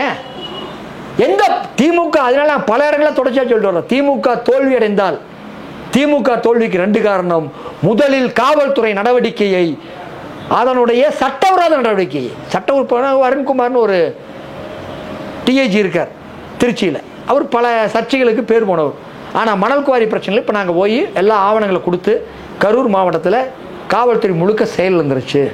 எவ்வளவு ஆதாரபூர்வமான புகார் கொடுத்தாலும் காவல்துறை நடவடிக்கை எடுக்கிறதில்லை, மாவட்ட ஆட்சியர் நடவடிக்கை எடுக்கல, அங்கே இருக்கிற பொதுப்பணித்துறை மைன்ஸ் 6 நடவடிக்கை எடுக்கலன்னு கொண்டு கொடுத்தோம். ஸ்பெஷல் டீம் போட்டு, ஸ்பெஷல் டீம் அந்த மாவட்டம்லாம் வேறு மாவட்ட டீமை போட்டு செக் பண்ணி தமிழ்நாட்டு வரலாற்றில் திமுக ஆட்சிக்கு வந்த வரலாற்று வந்து இப்படி பண்ண 26 வாகனத்தை ஒட்டுக்கா பிடிச்சிருக்காங்க. 26 வாகனத்தை பிடிச்சது மட்டும் இல்லை, 26 வாகனத்தோடு நூற்றுக்கணக்கான ஹோலோகிராம்னு உங்களுக்கு தெரியும், அரசினுடைய சீல் வைக்கிறது, நமக்கு ஓட்டர் ஐடியில் வச்சிருப்பாங்க அந்த நூற்றுக்கணக்கான ஹோலோகிராம், ட்ரிப்செட் புத்தகம், 4 அரசு சீல் கட்ட, ஒரு லேப்டாப், இவ்வளவு பேரலல் ஸ்டேட்டுங்க. மாற்று அரசு, தனி அரசாங்கம் நடத்துறான். யார் நடத்துறது? திமுகவை சேர்ந்த காளியப்பன் பொதுக்குழு உறுப்பினர். எஃப்ஐஆர் 10 பேர்ல ஒருத்தர் 26 வண்டியை பிடிச்சி இன்னைக்கு வருண்குமார் பிடிச்சதுலேருந்து 10 நாள் லீவ் ஓட்டு போயிட்டா இருக்காங்க. ஏன்னா அவருக்கு அவ்வளவு நெருக்கடி நிர்பந்தம்ட்டு பண்ணினாங்க. நாம் வரவேற்கிறோம், சரியா செய்யக்கூடிய அதிகாரியை வரவேற்கிறோம். பாலகிருஷ்ணன் ஒரு எஸ்பி இருந்தார், திருப்பூர்ல இருந்தார், மதுரைக்கு வந்தார். அன்சுல் மிஸ்ரா அவரும் சேர்ந்ததான் முதல்ல சகாய அறிக்கை கொடுத்தாரு. அறிக்கைக்கு முன்னாடி அவங்கள போட்டாங்க. அப்போ வந்து என்ன பண்ணாங்கன்னா ஆய்வு பண்ணி பண்ணாங்க, அதை வரவேற்றோம். அதை மாற்றினப்போ கூட கண்டிச்சோம். அதற்கு பின்னாடி டிஐஜியாக பதவி உயர்ந்து அவர் வந்து திருச்சிக்கு வந்தார் 2020 எடப்பாடி ஆட்சியில். வந்த பொழுது அவர் மணல் குவாரிகளை வந்து சட்டவிரோதம் நடக்கிறது, வெடியல் காலையில் 3 மணிக்கு ஃபோன் பண்ணி பேசினா கூட உடனே ஸ்பெஷல் டீம் அனுப்பிச்சுடுவாருங்க. நீங்கள் 3 மணிக்கு எஸ்பி கூட்டு பேசலான்னு, டிஐஜி கூட்டு பேசலான்னு நம்புவீங்களா? ஆனால் அவர் செஞ்சுட்டு இருந்தார். நூற்றுக்கணக்கான இடங்கள். அதனாலே அவரை மாற்றினாங்க. அதனாலேயே அவரை மாற்றினதுக்கும் கரூரில் ஒரு போராட்டம். நேர்மையாக இருக்க அதிகாரி வரவேற்கிறோம். திருப்பூரில் இப்போ திமுக ஆட்சி வந்தாலும் வினீத்னு ஒரு அதிகாரி இருந்தார், ரொம்ப நேர்மையாக இருந்தார். சட்டவிரோத கல்குவாரி செயல்பாட்டு மீது நடவடிக்கை எடுத்தார். அவரை மாற்றினாங்க. அதுக்காக மக்கள் போராட்டம் பண்ணோம். இப்போ நீதிமன்றமே பரத சக்கரவர்த்தி என்ற நீதிபதியாக அவரை வந்து என்ன பண்ணியிருக்காரு, அவர் செய்து அத்தனையும் சரின்னு சொல்லி போன மாதம் 22ஆம் தேதி ஒரு ஜட்ஜ்மெண்ட் கொடுத்துருக்காரு. கோடங்கிபாளையம் ராமகிருஷ்ணன் குவாரியில் அவர் செய்து அத்தனையும் சரின்னு சொல்லி. ஓகே, நீதிபதிக்கு மாவட்ட ஆட்சியருக்கு பாராட்டு மக்கள் மட்டுமல்ல நீதிபதியும் கொடுத்துருக்காரு. சரியா இருக்க அதிகாரி பாராட்டுறோம். கண்டிப்பா எந்த அதிகாரியா இருந்தாலும் சரியான விஷயம் செஞ்சாங்கன்னா மக்களுக்கு ஆதரவுனா பாராட்டு. தப்பு பண்ணா சுட்டி காட்டுறோம். தப்பு பண்ண நம்ம பொறுப்பு இருக்குது இல்லை. இன்னைக்கு துரைமுருகன் மாற்றப்பட்டிருக்காரு. துரைமுருகன் மாற்றப்பட்டதுக்கு மிக முக்கியமான காரணமாக போன மாதம் மே 15ஆம் தேதி வந்த ஃப்ரண்ட் லைனில் வந்த ஒரு 5 கட்டுரைகள் ஆர்டிக்கல் வந்து அதில் நானும் ஒரு ஆர்டிக்கல் எழுதியிருக்கேன். மற்ற ஃப்ரண்ட் லைன் ஆசிரியர் தொகுப்பு ஒரு பெரிய விரிவான வகையில் எழுதுமா. அதுதான் முதலமைச்சர் பாரிக்கு போச்சுக்கிறாங்க. கல்குவாரி ஜெகநாதன் படுகொலை போகல, மற்ற பிரச்சனைலாம் போகல. ஃப்ரண்ட் லைன் ஆர்டிக்கல் வந்து ஏன்னா அது வந்து ஐஏஎஸ் ஐபிஎஸ் ப்ரிப்பேர் பண்ணுறவங்களுடைய முக்கியமான அவங்களுக்கான மூலப்பாடம். அது ஃப்ரண்ட் லைன்ல தான் முக்கியமான இன்டெலெக்சுவல்ஸ் எல்லாம் படிப்பாங்கன்ற ஒரு வந்து நமக்கு வந்து புல்வாமா தாக்குதல் நடந்தது. புல்வாமா தாக்குதலை பற்றி சத்யபால் மாலிக் என்ற கவர்னர் பேசுனதுக்கே சிபிஐ ரைடு விட்டாங்க. ஆனால் புல்வாமா தாக்குதலை பற்றி மிக விரிவான கட்டுரை ஃப்ரண்ட் லைன் தான் வந்தது. அதன் மீது எந்த நடவடிக்கை இல்லைன்னா அவ்வளோ ஆதாரபூர்வமாக கொடுத்துருந்தாங்க. அதனால ஃப்ரண்ட் லைன் கட்டுரை வந்த பின்னாடி தான் துரைமுருகன் மினிஸ்டர் பொறுப்புலேருந்து மாற்றப்பட்டார் அப்படிங்கிற வரலாறு. அப்போ முதல்வருக்கு எப்போ தெரியுது? ஃப்ரண்ட் லைன் ஒரு கட்டுரை வந்தால் தான் முதல்வர் கவனத்துக்கு ஏதோ ஒரு வகையில் போகுது ஒழிய மற்ற காலத்துல எல்லாம். ஆனால் இது நிச்சயமாக வந்து போய் சேரணும் அப்படிங்கிறது தான் நம்முடைய எண்ணமாக இருக்கிறது. இறுதியாக நிறைவாக உங்களுடைய கருத்து என்ன தோழர்? இதில் தமிழ்நாட்டில் ஏற்கனவே இங்கே நடந்து கொண்டிருக்கின்ற கல்குவாரிகள் இதை வந்து நாங்கள் அரசே ஏற்று நடத்தணுங்கிற கோரிக்கை சொல்கிறோம். திமுக தன்னுடைய தேர்தல் வாக்குறுதியாமல் 200வது தேர்தல் வாக்குறுதியை சொல்லியிருக்காங்க. இந்த கனிம சுரங்களையும் நாங்கள் ஏற்று நடத்துவோன்ட்டு அந்த அடிப்படையில் கிரானைட் குவாரி கல்குவாரி எல்லாத்தையும் அரசை ஏற்று நடத்தணும்னு கேட்குறோம். தரமான மணலை கொடுப்பதற்கு வெளிநாட்டு இயற்கை ஆற்று மணலை இறக்குமதி பண்ணணும்னு சொல்கிறோம். ஒன்றிய அரசு ஏற்கனவே டங்ஸ்டன் சுரங்க திட்டத்தை ஏலத்தை மட்டும் ரத்து பண்ணியிருக்குது. திட்டத்தை ரத்து பண்ணக்கூடிய அளவில் தமிழக அரசனுடைய பணிகள் இருக்க வேண்டும். அதே மாதிரி மாலிப்டினம் என்ற கனிம சுரங்கத்தை பற்றி யாரும் வாய் திறக்காத, யாரும் பேசாத, தெரிந்தும் தெரியாமலும் அறிந்தும் அறியாமலும் எப்படியோ போகட்டும். உங்கள் அரசியல் சண்டையில் நாங்கள் உள்ளே வரல. எங்கள் மண் அழிய போகுது. திண்டுக்கல் மாவட்டத்தில் 2 மூத்த அமைச்சர்கள் இருக்கிறாங்க. ஐ பெரியசாமி என்ற ஒரு அமைச்சர், சக்கரபாணி என்ற ஒரு பவர்ஃபுல் அமைச்சர் இன்னைக்கு இருக்காங்க. 2 அமைச்சர்கள் இருக்காங்க. அப்படி இருக்கிற அவங்க தொகுதி அது, அந்த தொகுதிக்குள்ளது வருது.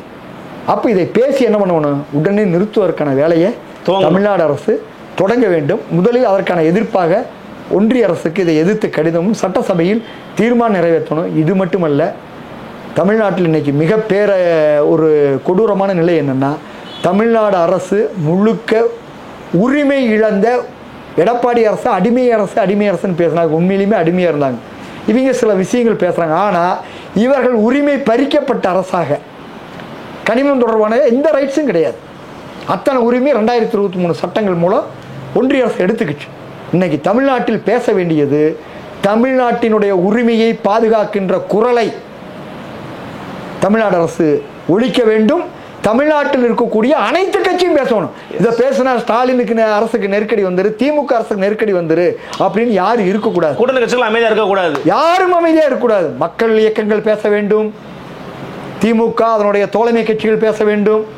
நாங்கள் முருகமலையை ஆண்டவனுக்காகவே கட்சி நடத்தணும்னு சொல்லக்கூடிய பிஜேபி அதுலேயும் கூட என்ன கேட்டால், முருகன்மலையை பொறுத்தவரைக்கும் சென்னிமலை என்பதில் 9 கல்குவாரி சென்னிமலை ஒட்டி இருந்தது. அந்த 9 கல்குவாரியும் போராடி நிறுத்துவீர்கள் நாங்கள். அதே மாதிரி சிவன்மலையில் கிரானைட் குவாரி வந்தது. 2000 மக்களை தட்டிட்டு போய் போராடி நிறுத்தினீங்க நாங்கள்.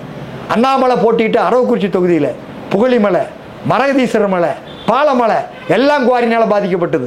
போய் தடுத்து நிறுத்தினீங்க நாங்கள். அங்கே இருக்கக்கூடிய ஐயர் மலையை பாதுகாத்தீங்க நாங்கள். திருப்பரங்குன்றம் மலைக்கு தென்புறத்தில் சின்ன உலகாணி பெரிய உலகாணின்னு சொல்லி பல நூற்றுக்கணக்கான குவாரிகளில் கருத்து கேட்பு கொடுத்துல போய் அப்ஜெக்ஷன் பண்ணி பல இடங்கள் நிறுத்தினீங்க நாங்கள். இப்படி குன்றத்தை காட்டுபவர்கள் யார் தெரியுங்களா? சமூக செயல்பாட்டாளர், மக்கள் நல்ல அக்கறை ஒழிய பிஜேபிக்காரர்கள். காடேஸ்வரா சுப்பிரமணி திருப்பூருக்கு சென்னிமலைக்கு 20 கிலோமீட்டரு, திருப்பூருக்கு ஜூன் மலைக்கு 15 கிலோமீட்டரு. மலையை காக்க ஒரு நாள் வந்தது இல்லைங்க இந்த முன்னணிக்கான பிஜேபிக்காரனுங்க. அண்ணாமலையோட அக்கா வீட்டுக்காரரு மரகதீஸ்வரர் மலையை இப்ப சொன்னே ஜெகநாத மரகதீஸ்வரர் மலையை ஒட்டி இருந்த செத்தார். அவருடைய அக்கா வீட்டுக்காரர் சரவணா ப்ளூ மெட்டல் அத்திப்பாளையத்தில் வச்சிருக்காரு. மரகதீஸ்வரர் மலை 1 கிலோமீட்டர் 2 கிலோமீட்டர்ல. ஆறு அண்ணாமலையோட அக்கா வீட்டுக்காரர். அவர் வைக்கிற வெடி இந்த மலையை பாய்ச்சிட்டு இருக்குது. இன்னைக்கு பாஜகனுடைய தலைவர் நயினார் நாகேந்திரன் முருகனை பத்தி பேசுறாரு. அவர் கிரானைட் குவாரிக்கார். அவர் கிரானைட் குவாரி ஓனருங்க. ஓகே, என்ன பிரச்சனைன்னு இந்த நாட்டில் எவன்லாம் பேசுறாங்களோ அத்தனை பேரும் அயோக்கியர்களாக மோசடிக்காரலாம் இருக்காங்க. வாய் மட்டும் நல்லா கிளியுது. ஆளுங்கட்சியில் இருக்கிறவங்க எல்லாருமே குவாரிக்காரன். ஆனால் இங்கே எடப்பாடி கட்சியில் இருக்கிற எல்லாருமே குவாரி. சகாச்சாரம் அதான் சொல்றாரு, நாங்கள் புதுக்கோட்டை எனக்கு சொந்த ஊர், அங்கே வாயை திறக்க முடியாது. காரணம் என்னது? அங்கே அமைச்சர் விஜயபாஸ்கர், முன்னாள் அமைச்சர் மருத்துவர் விஜயபாஸ்கர் குவாரிக்காரர். கரூரில் எடுத்தீங்கன்னா முன்னாள் போக்குவரத்து அமைச்சர் விஜயபாஸ்கர் குவாரிக்காரர். எல்லாம் குவாரிக்காரன் இருக்கா. இன்னைக்கு இருக்கிற மதுரை போனால் யாரு? மூர்த்தி குவாரிக்காரர். அங்கே இருக்கிற காங்கிரஸ் எம்பி மாணிக் தாக்கூர் மாமனார் குவாரிக்காரர். இப்படி எல்லாமே ஒன்றிய செயலாளர், அமைச்சர் எல்லாரும் குவாரி லாபி தான். இப்படி நாசமான நிலையில் தான் தமிழ்நாடு இருக்கு. ஆனாலும் நாம் பேச வேண்டியதை பேசித்தான் தீர வேண்டும். உண்மையை உறக்க சொல்லித்தான் தீர வேண்டும். நிலைமையை மாற்றித்தான் தீர வேண்டும். இது நாம் பேசுவது ஓட்டு அரசியலுக்கு அல்ல, எதிர்கால நம்முடைய தலைமுறையை பாதுகாக்கிறது. இன்னொன்றும் கடைசியாக உங்களுக்கு சொல்றேன், இந்த கனிம சுரங்கங்களால் இன்னைக்கு தமிழ்நாட்டில் 17 வயசுக்கு கீழே இருக்கக்கூடிய குழந்தைகளுக்கு மிக அதிகமான டைப் 2 சர்க்கரை நோய் வந்திருக்குங்கிறதையும் புரிஞ்சுக்கிட்டு இன்னைக்கு சிபிஎஸ்இ பள்ளி கல்வித்துறை ஒன்றிய அரசு டெல்லியிலிருந்து அறிக்கை விட்டுருக்கா, எல்லா பள்ளியில் இருக்கிற குழந்தைகளுக்கும் சர்க்கரை நோய் பரிசோதனை பண்ணுங்கன்ட்டு. எதை நோக்கி போயிட்டு இருக்கிற? சர்க்கரை வந்தால் அடுத்த மாட்டுத்தன்மை. பெரியவங்களுக்கு எல்லாம், உழைக்காதனுக்கு சர்க்கரை நோய் வந்தது. இன்னைக்கு பல்வேறு மாசுபாட்டில் சர்க்கரை நோய் வருது, உணவு பழக்கத்தில் வருது. குழந்தைகளுக்கு 6 வயது சர்க்கரை நோயாளியை கரூர் மாவட்ட டிஆர்ஓ நானும் கடந்த சில மாதங்களுக்கு முன்னாடி பார்த்தோம். 6 வயது சர்க்கரை நோயாளிங்க, ஒரு பட்டியலின விவசாய கூலி தொழிலாளி. காரணம் அந்த இடத்துல 9 குவாரி இருக்கு, அந்த காற்றை சுவாச்சதுனால. இப்படியான அபாயத்தில் தமிழ்நாடு இருக்குது, தமிழ்நாட்டை வைத்துக் கொண்டிருக்காங்க. எனவே நாம் மாலிப்டினத்தை உடனடியாக முருகர் மலையை காப்போம் என்று பேசுவதல்ல. முருக பக்தர் இங்கே தமிழ்நாட்டில் இருக்கிற எல்லா மக்களுக்கும் இயல்பா பக்தி இருக்குது. எல்லோரும் சமூக அக்கறை உள்ளவங்க தான். அரிட்டாப்பட்டி மலையை பாதுகாக்க லட்சக்கணக்கான வந்த மாதிரி, ஜல்லிக்கட்டு போராட்டத்துக்கு பல லட்சம் பேர் வந்த மாதிரி, ஸ்டெர்லைட் போராட்டத்துக்கு லட்சக்கணக்கான மக்கள் வந்த மாதிரி, கூடங்குளம் அணு உலை எதிர்ப்பு போராட்டத்துக்கு பல லட்சம் மக்கள் வந்த மாதிரி, எல்லா இடத்திலும் மக்கள் மாற்றத்துக்கு தயாராக இருக்கிறார்கள். இவர்களுக்கு இந்த மாதிரி கட்சிகள்லாம் தான் கூட போய் நின்றுக்கிட்டு பொய்யை சொல்லி உண்மையை அறிய வைக்காமல் தடை போட்டு கொண்டிருக்கிறார்கள். எங்களை போன்றோர் இந்த உண்மைகளை உறக்க சொல்வோம், நிலைமையை மாற்றுவோம். மாலிப்டினியம் கனிம சுரங்கத்தை பழனிமலை ஒட்டஞ்சத்திரம் பகுதியில் வருவதை முதல் கட்டமாக அரசு உடனே நிறுத்த வேண்டும்.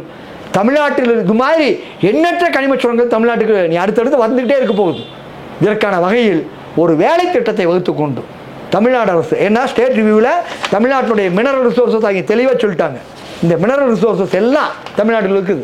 ஓகே, என்ன இந்த மினரல் ரிசோர்ஸஸ் எல்லாத்துக்கும் மாலிப்டினம் வந்து 52% இருக்கு. இந்தியாவில் கிடைக்கிறதுல 52% தமிழ்நாட்டில் தான் இருக்குங்கிறாங்க. அதனால இதை எல்லாம் கவனத்தில் எடுத்துக்கொண்டு தமிழ்நாடு அரசு பேச வேண்டும், அத்தனை மக்கள் இயக்கங்கள் பேச வேண்டும், அரசியல் கட்சிகள் பேச வேண்டும் என்று உங்கள் 4th எஸ்டேட் மூலமாக நாங்கள் வேண்டி கேட்டுக்கொள்கிறோம். மிக்க நன்றி தோழர். பலவிதமான விஷயங்கள் வந்து பகிர்ந்துக்கிட்டீங்க. இந்த விவகாரம் மிக மிக முக்கியமான விவகாரம். இந்த மண்ணுக்கான அரசியலை குறித்து வந்து பேசிட்டு இருக்கிறீங்க. நிச்சயமாக இதை ஆளுங்கட்சியும் எதிர்கட்சிகளும் மக்கள் மட்டத்தில் கொண்டு போய் சேர்க்கணும். மண் வளம் பாதுகாக்கப்படும் நினைக்கிறோம். மிக்க நன்றி. வாய்ப்புக்கு நன்றி. நன்றி. சந்திக்கலாம். நன்றி, வணக்கம்.